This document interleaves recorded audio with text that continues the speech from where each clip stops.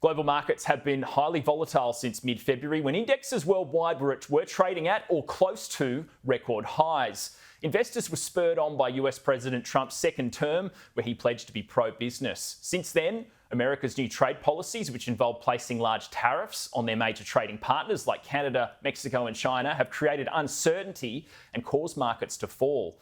I caught up with Leung, the senior investment strategist at Global X ETFs, earlier today. Yeah, no, I think it's a combination of a few things. I think in terms of valuations, I think people are looking at valuations in the US, especially getting a bit sort of high in terms of price earnings level. And I think it's also a level of what we've seen in terms of the tech or maybe the innovation AI trade, which has gone up for a long while. We have seen sort of S&P being driven by innovation or the Mag 7 for about 2 years. So I think it's a realization of these two things, but also at a point where, we do see a lot of rotation or I guess fund flowing into areas where it has been, I guess, sort of underinvested, especially in the European area and to an extent also the Chinese, Asian area as well. So I think in terms of what are we seeing, or at least what we've seen from the peak of February, to me, it's more of a global rotational trade rather than a structural concern that people are talking about right now. Yeah, and how broad-based has the sell-off been? You mentioned the big tech stocks in the US. Is the tech sector really one of the ones that's been hit the hardest? Yeah, you're correct. I think in terms of, the sell-off, it has been hit in terms of the big names as well. But what we've seen recently as well, there is a sort of broadening of what we're seeing in terms of the sell-off. For example, I think just overnight, we did see over 300 of the S&P 500 names being lower from end of the day. So I think we are seeing this broadening, but I think you're correct in saying that still there's a majority of the weakness has been driven from the larger tech names. But at the same time, I think, we do look at in the near term, there is that structural concern or maybe that sort of technical concern, that could sort of lead to a little more volatility or a little more correction in the near term, at least, before we probably see a more smoother ride, upwards ride. Yeah, you mentioned correction. NASDAQ, S&P 500, they're all down about 10%. The ASX 200's down roughly 10% as well since its peak. But just contextualise this sell-off. How bad is it compared to historical sell-offs we've seen before?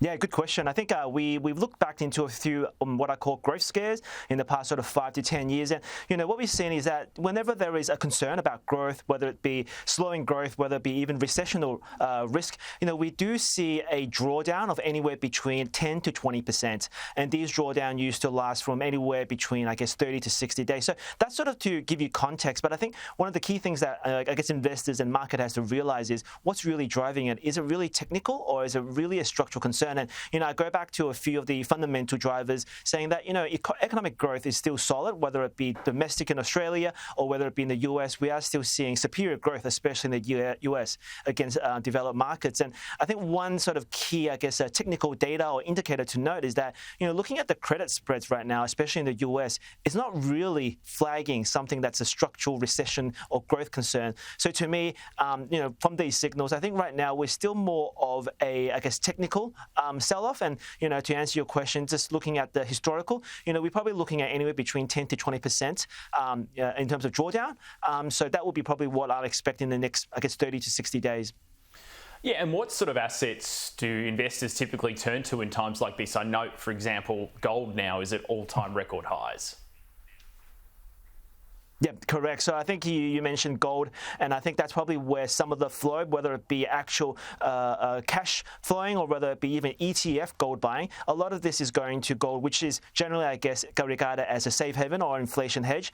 But I think what's also interesting about gold, or what's also driving gold price additionally, or the incremental positive, is also central bank buying. We're also seeing not just US, but also other than US, for example, European, Indian, also the Chinese central banks purchasing gold. And I think that's the incremental demand, and that's the incremental positive that's driving gold to new highs, in addition to what we're seeing in terms of the inflation concerns. And one of the X factors which has really caused some big stock market reactions has been President Donald Trump and his press conferences where he's talked about placing tariffs on various different goods.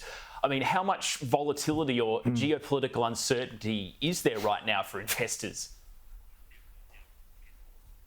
Yeah, so for me, we look back in terms of the first Trump presidency, or what we call Trump 1.0. To me, I think in terms of the difference is mainly the order of, or the sequencing of how he's executing his policies.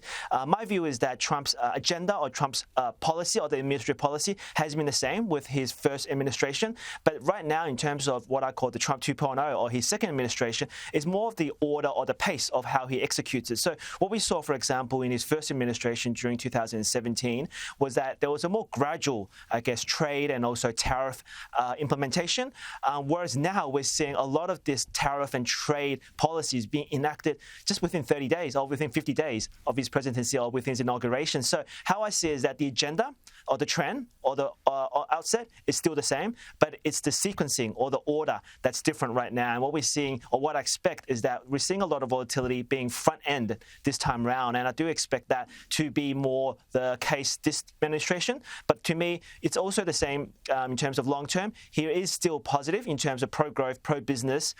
It should be also positive for the US dollar in the longer term, especially if the tariffs are implemented. So I think it's more of how the order and sequencing compared to last time, but I don't think there should be any difference in terms of agenda. Tell you what, Billy Leung, Senior Investment Strategist at Global X ETFs, thanks for coming on the show this afternoon.